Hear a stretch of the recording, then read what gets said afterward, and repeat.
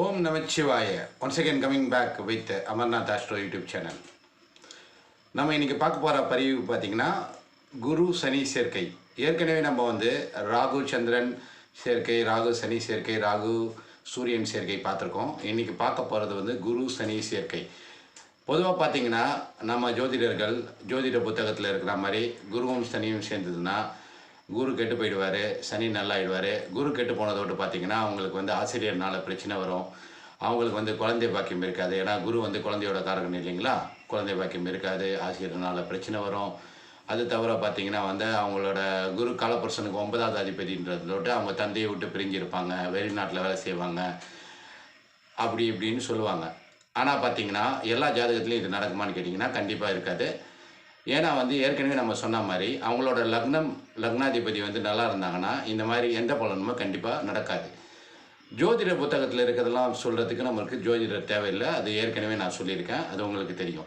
ஒவ்வொருத்தர் ஜாதகமும் அவங்கவுங்க பிளானட்ஸ்க்கு ஏற்ற மாதிரி, அவங்கவுங்க லக்னத்துக்கு ஏற்ற மாதிரி, அவங்கவுங்க பிறந்த நேரம், பிறந்த இடம், பிறந்த தேதிக்கு ஏற்ற மாதிரி அந்த பிளானட்ஸ் எங்கே இருக்கோ அதுதான் உங்களோட செல்ஃபி, அதுதான் உங்களோட ஸ்க்ரீன்ஷாட். அது மாதிரி தான் உங்களோட தசா புத்தி, அது மாதிரி தான் உங்களோட பலன்களை கொடுக்கும்.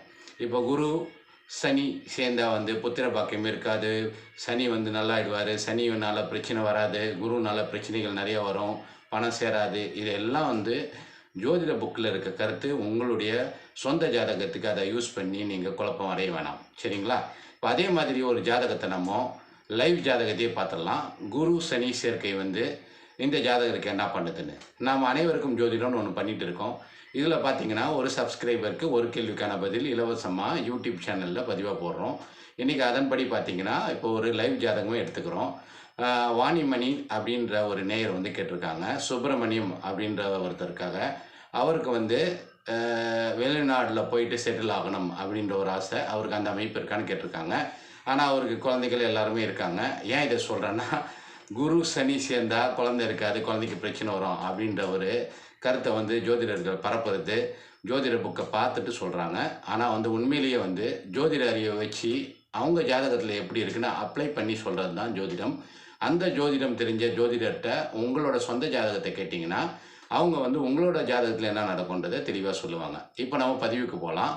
அவங்க கேட்ட கேள்வி வந்து சுப்பிரமணியம் அப்படின்றவரோட ஜாதகம். அவரோட ஜாதகம் பார்த்திங்கன்னா பிறந்த தேதி வந்து 15 மே 1981 வருடம்.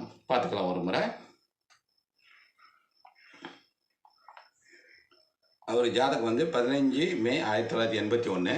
அவர் பிறந்தது வந்து பார்த்திங்கன்னா 12:05 AM கொடுத்துருக்காங்க.